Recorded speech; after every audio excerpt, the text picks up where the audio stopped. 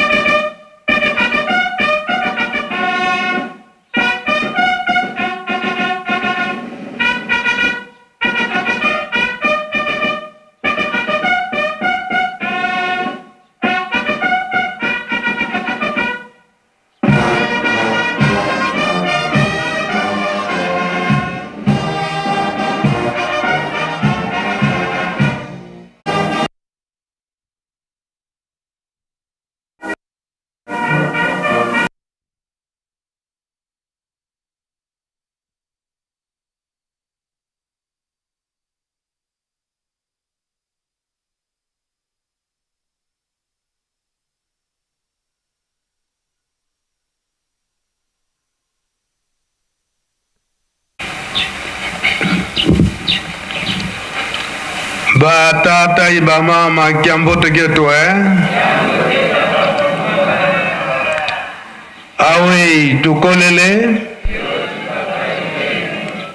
betompe tuletezi onkombo ya tata ya mwana pe tata Molimo Santu tolandi matei na biso na ndako Nzambe ndenge bauti kote ya biso wana nde bilei na biso ya bomoi bapesi biso yango nde ekobatela biso moi mobimba pe baprogramme nyonso Lingomba abongisi biso nyonso tolandi malamu ndenge papa secrétaire ya Ville Sainte auti koloba pe papa pasteur ya Ville Sainte auti kopesa baprogramme nyonso Lingomba abongisi koloba ete bango bakoki kobimisa likambo moko te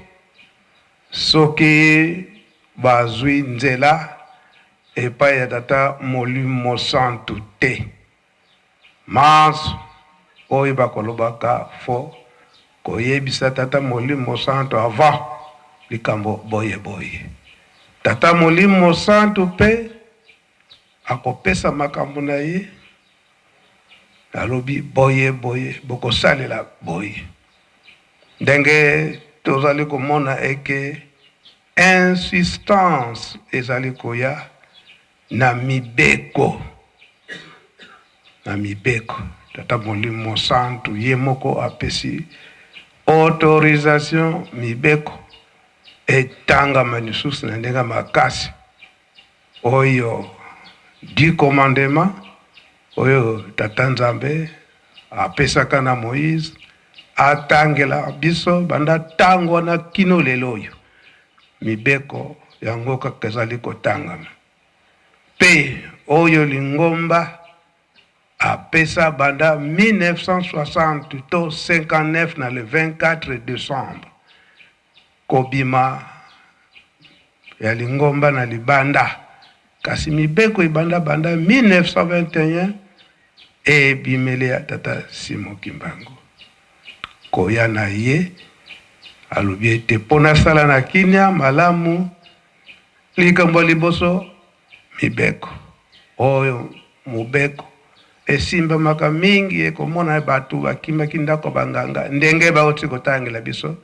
na ndako Nzambe batu surtout batata o bazalaki na bamama mibale misato na kati na ndako na tango wana ezalaki ete tata abali basi mibale to misato na bamboka ezali ete bamama po basalelaka ye bilanga tata akati bamama baza kosala yango baza kobikisa na yango bana eza kosalisa kasi mobekwa tata Simon Kimbangu tango ye batiki makambo nyonso wana mobulu tata Simon Kimbangu banda 1921 na le 6 juin ndenge papa atangelaki biso na mokolo wana mobulu ekoki kozala na kati na Yelusalemi te mibeko nyonso wana oyo tata Simoki Mbangu ayaki na yango. Posa na ye ezali tokota mingi na kati na bolingo na mibeko pe misala ndenge batata batikilaki biso yango pe tata Molimo Santo papa Simoki Mbangu Kiangani azali ko rebete na biso sikoyo. Ndenge na bandelaki ete na lingomba tata Molimo Santo oyo mokonzi akoloba yango de biso nyonso tokolanda na 1960 tango misala ebandi awa na Yerusalemi. Misala ebandi papa Mfuma Mbanza papa Dialunga na Kiangani apesa balaki mokumba wana. Kasi yambo asala likambo nyonso oye talali ete botongi ya Yerusalemi. Il faut azwa autorisation epai ya papa Mfuma Longo, papa Diangenda Kuntima oyo azalaki leki na ye. Lokola papa Mfuma Longo na papa Kulutu bafandaki na Kinshasa tango nyonso papa Mfuma Mbanza fo ase déplacer po ete akoma kuna na Kinshasa azwa ba programme nyonso nde aye atie misala en œuvre. Malgré que ye mdapesemelaki mokumba wana kasi akoki kosala te soki azwi autorisation te epai ya mokonzi ya bule papa Diangenda Kuntima. Tango wana ba transport ezalaka pasi mais okomona papa Mfuma Mbanza akobongama azwi kamnya ba commerçant akekozwa mitindo. Tango mususu akohuta awa na makolo na nzela oya Chemin de la Pension Timba Nzangungu azwi transport kuna mingi tata Ntwani Valankolele oyo tata aboti mama Matondo oyo afaki oyo za awa na Ngombe Gensuka akomeli wana balukili transport akena Kinshasa akekozwa mitindo epai ya bapapa. Simande bapapa bakozwa mwaye kuna pete akoka kozonga. Papa Kulutu na tango wana ayokaka mawana papa Mfuma Mbanza apesaka ye pick-up moko ya Chevrolet. Kasi chauffeur bapesaka ye chauffeur wana omona papa Mfuma Mbanza akotinde na Kinshasa kende kosala boyo azwi mbongo somba essence.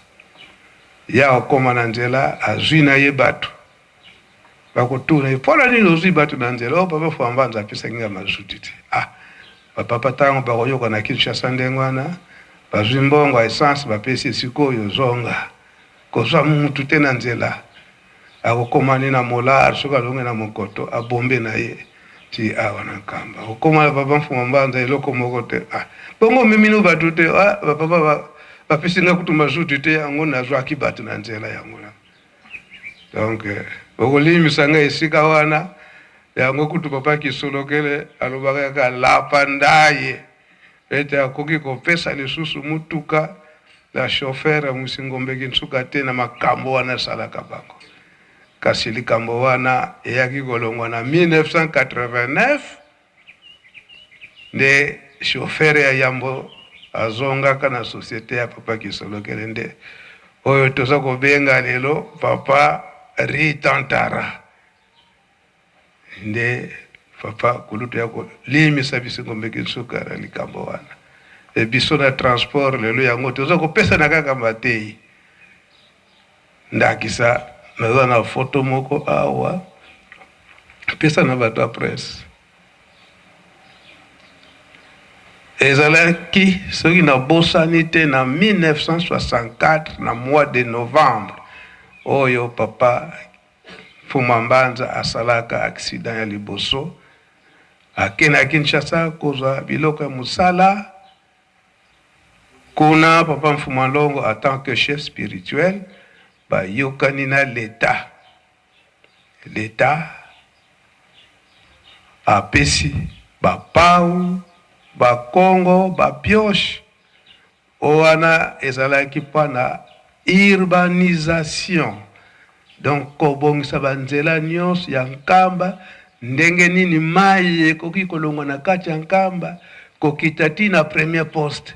Ndenge tomonaka baterase wana ba musicien bato basala baterase wana na ande wana banda camp prof ti kokita na mai na nani na premier poste. Canalisation wana mai ekokozala verse te kote ya mai ya Nkamba. Tout comme oyo mai nyonso ezuta na kati ya Mbanza faut ezala bien canalisé banda awa na mise ti kokota ekende kokota na Ndimba Mankondo eleka te na mai ya Nkamba. Donatangwa na foto wana ndenge boza komona yango ya papa Mfuma Mbanza. Yango leloyo papa Simon Kimbangu Kiangani na bosengi oyo ye azali kosenga toujours likambo baneli ya urbanisation ya Nkamba. Asengi biso $30 pona kosomba ba machine. Tala likambo sika ebanda lelo yo papa Simon Kimbangu Kiangani tika lisusu ba Congo te ba pau te oyo pona ko urbaniser Nkamba ekomi ba machine oyo atakosombisa biso na $30. Yango papa za kotuna biso. Tokopesa to tokopesa te. Tokopesa yango papa azali ko répéter likambo $30. Asengi lisusu na ba flûtiste $5. Esika wana na mama o atangaki mibeko na mukolo ayenga likambo alobaki ya koloba ete na mai ya Nkamba ekozalaka tour ya kosokola batata na ba mama. Likambo wana ezalaki na 1989. Mvula makasi ebetaka ekoyesaka mir o ezako kabula entre batata na ba mama pona kosokola. Yango mubeko